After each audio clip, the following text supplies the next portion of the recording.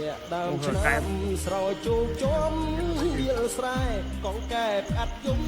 អែអែធម្មជាតិប្រែពណ៌ស្រស់ថ្លាគួយបងរត់ថ្មីឃើញស្រែនឹកស្រីជីវ៉ាស្នាមស្នេហ៍ខំដួងចន្ទ្រាផ្លិចជាប់ងារសាអមស្រែដួងចិត្តធ្លាក់ដើមឆ្នាំបងជ្រៀងចាំខ្វាយខ្វាយនឹកណាស់អមស្រែសយ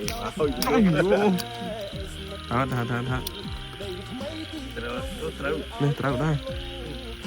គោយន្តមួយទីខ្ញុំទៀតផរដៃមួយសុបអត់ត្រូវចូលកប់កូនចាស់សុខបាយអារោគក្តាមរោគត្រីឲ្យបានច្រើនអរសួស្តីពុកម៉ែបងប្អូនទាំងអស់គ្នាបាទមិនទាប់ពីយើងឈាម្នាក់មកកំប៉ុងហើយឥឡូវយើងទទួលបានក្តាមមួយបាទហើយដល់កន្លែងនេះគឺត្រីបាទមើលអ្នកចាប់ត្រីខ្ញុំមកស្មាត់នេះគឺស្មាត់អាចសុតតែម្ដងបាទគ្មានចាប់បានអីទេបាទ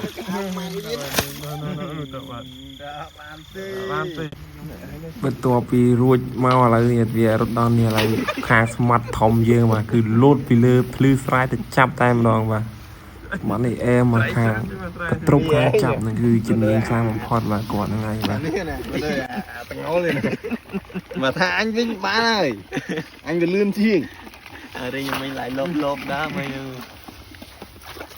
អញមានលបថ្ងៃនេះដើរយូរទៅក៏នៅស្រែនេះគឺមានតែក្តាមទេបងប្អូនគេក្តាមធំនៅខាងខ្ញុំនេះបាទហើយក៏សម្បូរដែរស្រែនេះគឺត្រីក៏មានក្តាមក៏មានប៉ុន្តែដោយសារត្រីពួកយើងអត់បានយកជាសម្ភារៈទៅចាក់វាអញ្ចឹងណាអញ្ចឹងទៅយើងមិនត្រូវបានទទួលបានផលត្រីប្រមាណទេគឺសម្បូរទៅដោយក្តាមគឺធំណាស់បងប្អូន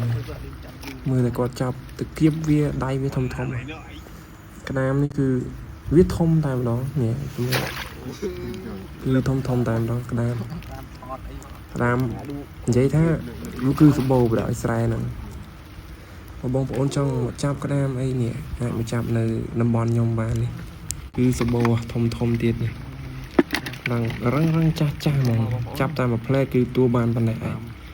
នៅមានច្រើនទៀតនេះគឺស្មាត់យើងបាទមុខសប្បាយចិត្តបណ្ដោយអស់នេះបយូរបាទចាប់បានតែម្ដងគៀបដៃនេះគឺគៀបដៃគាត់បាទហើយខំដៃគឺសោចយ៉ាងឈឺនេះបាទក្រោយពីស្មាត់យើងចាប់ហើយម្ដងគឺដល់វគ្គគឺខ្ញុំបញ្ចេញស្នាដៃផងដែរបាទគឺចាប់បានក្តាមមួយនៅកាន់ចោះកាន់ឡើងវាអាក្តាមវាទៅគៀបជាមួយអាស្ទូងនឹងហើយទាញមកមានអីបងប្អូនណាគឺបានតែតបទេណាគឺវាជាប់ជាមួយនឹងអាដើមស្ទូងនឹងបាត់ទៅស្ដាយដែរចាប់វាធម្មតាប៉ុន្តែវាទៅគៀបជាមួយអាស្ទូងយើងនឹងមានអីមកតាតបឲ្យខ្លួនគឺរើសតាមក្រោយនឹងហ្នឹងហើយបងប្អូននេះកន្លែងនេះគឺស្មាត់យើងបាទ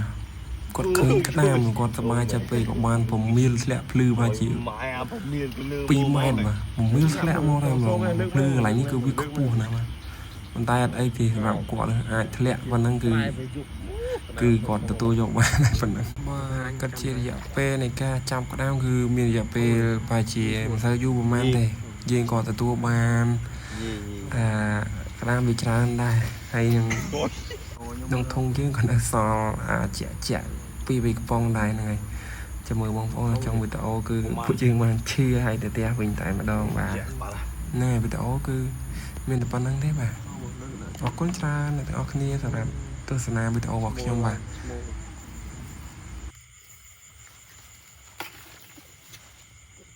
ចយត្រីស្អីគេស2គ្រឿងឈៀលើកទី2បាទយើងឈៀលើកទី2មួយនេះមេយើងដើររកប្រមាញ់ត្រីបាទមានត្រីមានក្តារលើឈៀលើកទី2បាទ